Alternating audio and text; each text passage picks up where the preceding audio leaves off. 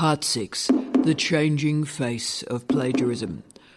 Artificial intelligence is transforming the nature of writing, editing, and the detection of plagiarism. But ChatGPT is only one part of the changing face of plagiarism.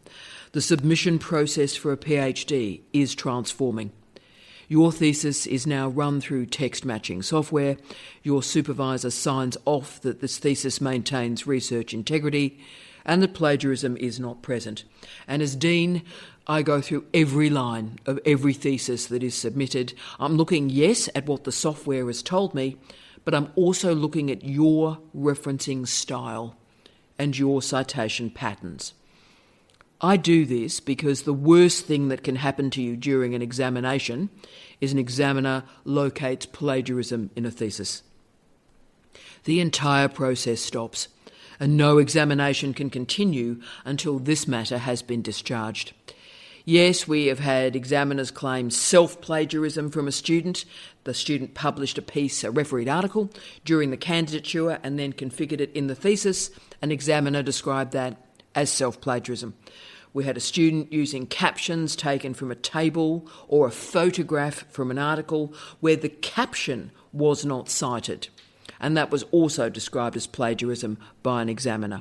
So as you can see, this is a difficult, messy, and challenging space, and it also transforms our very discussion of research and authorship, because all of a sudden shame, blame, and embarrassment enter this conversation. Whispers in the corridor, fears, and probably some paranoia. And indeed, self-plagiarism is adding all sorts of unnecessary complications to this issue. Let me explain what's going on. In the editorial of Volume 70, Issue Number 4, in the Gerontological Society of America's editorial in 2019 by Anne Newman, she reported the retraction of an article in March 2019 on chronic inflammation. The article was withdrawn because it used patch writing. That is, copying sections of other articles without acknowledging the earlier researcher's work. What the author Bertrand Fourgeux did was gather up paragraphs from 13 articles, bringing the references with those paragraphs. So the journal software picked up Fourgeux's self-plagiarism from his previous article, but missed the 13 other articles that had paragraphs nicked from them. So really self-plagiarism was the least of the worries with this article, and indeed the editor's comments were pretty desperately trying to confirm the reputation of the journal, that yes, the journal remained solid, the editorial board was solid. But the phrase was used, quote, "It is becoming increasingly difficult to judge the quality of information with a large number of media outlets."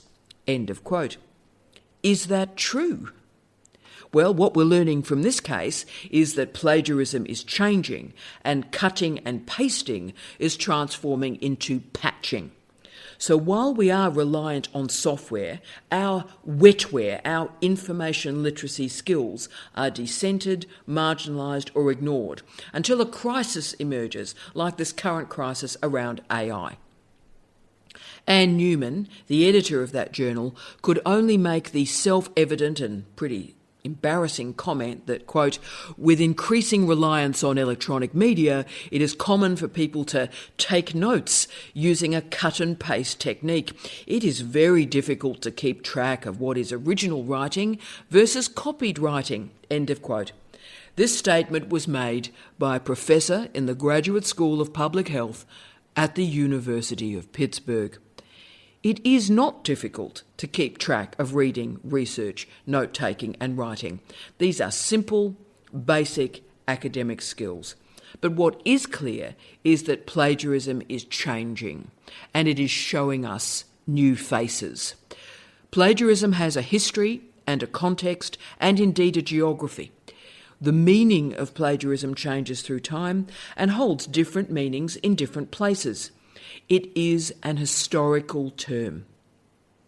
It has many stakeholders, like researchers, PhD students, journals, editors, universities. The definition that holds dominance at this point is plagiarism is the use of material without appropriate citation. Most frequently, this material refers to written material, but images, artwork, tables, figures can also be used without citation.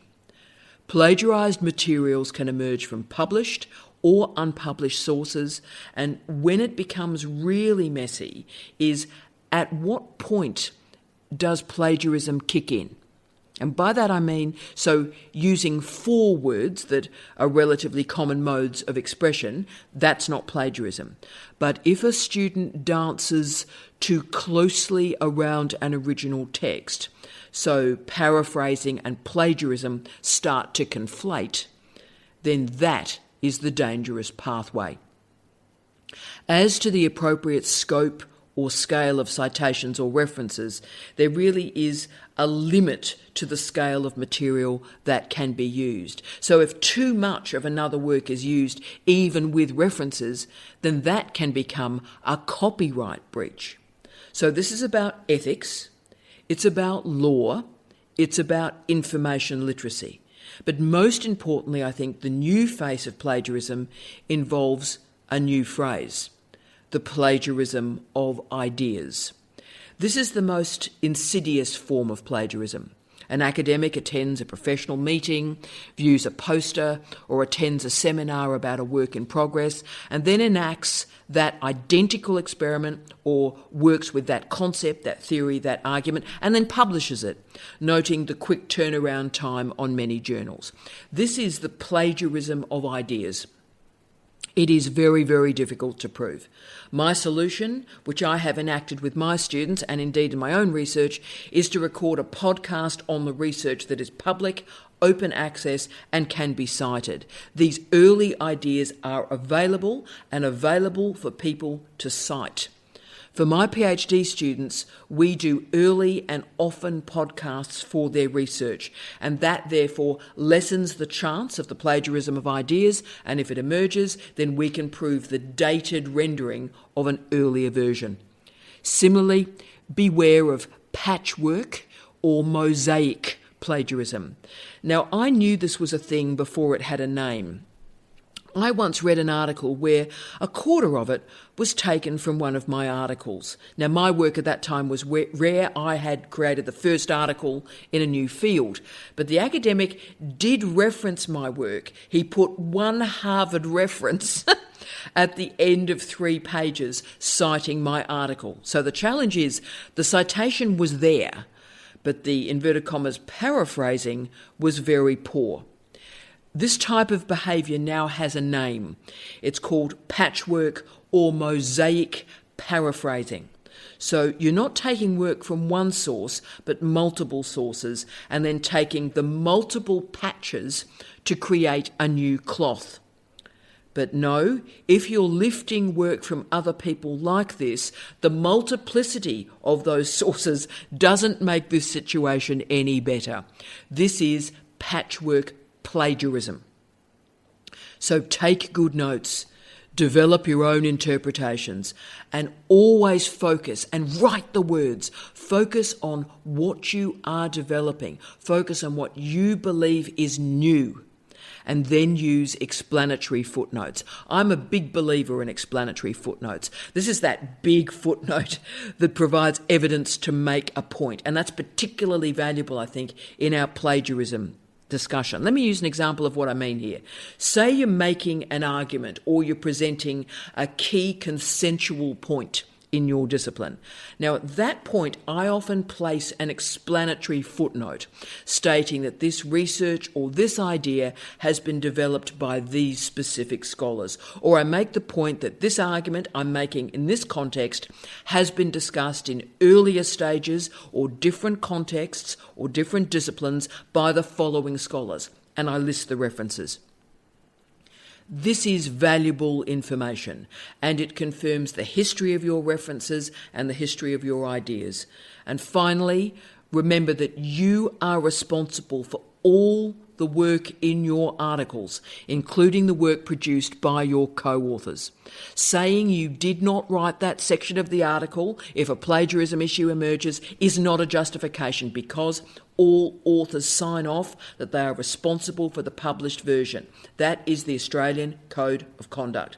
So when I'm writing with other people, I allow them to draft the entire work so they're satisfied, and then I draft the entire work and I check every quotation and I check the references. Then I put the entire draft through text matching software as a final check, and I look carefully at the report, not simply at the number. Because co-authorship is not a pass for plagiarism. Therefore, use the plagiarism discussion with co-authors to explore the very nature of authorship. Plagiarism asks us to explore who owns what, who wrote what. And if we include people as co-authors in articles that have no idea what's going on, then that is a disrespect of authorship. If you're added to an article, then you don't know what is plagiarised. And remember, authorship is about responsibility. Responsibility for content. If you don't know what other people have done in this article, then you have a good chance of getting pinged for plagiarism. You need to check, you need to verify, you need to confirm. Now, I know there's a lot of abuse of research administration as wasting time, but we need to transform our thinking. Research administration is part of research. The rights of authorship are also the responsibilities of authorship. Authorship is about acknowledgement. Authorship is about disclosure, confirming the ideas that you've developed and the ideas that you have used from others. So be really clear in this differentiation and use referencing to confirm this differentiation. Plagiarism is a warning to us, it's a warning for us. But like all warnings, it asks that we reflect on our practice. We reflect on our truths and the normalities that we take for granted. Plagiarism is a lighthouse in academic life. See the warning and find your path in a safe and meaningful direction.